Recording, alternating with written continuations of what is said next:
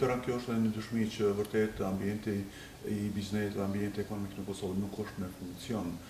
të duhur dhe të merituar. Unë gjithmonë kam thënë që nuk e kam brengën pse nuk kemi investitorë dhe investime të huaja, edhe pse dhanat më të fundit dëshmojnë që edhe në këtë drejtim kemi një rramje. Orientimi ka qenë imi dhe i institucion që unë drejtor që të bëjmë më tepër për bizneset ekzistuese, që ta kemi në qëndërshmëri, ta kemi mbështetje institucionale, kemi të bëjmë veçanti me pikë më të ndjeshme që është sundimi i rëndë dhe ligjit dhe do të thotë një jo siguri e merituar, dhe ajo që është më brengose për neve si ekonomike nuk është vetëm fakti i mbylljes së këtyre ndërmarrjeve, por është edhe fakti që shumë biznese nga Kosova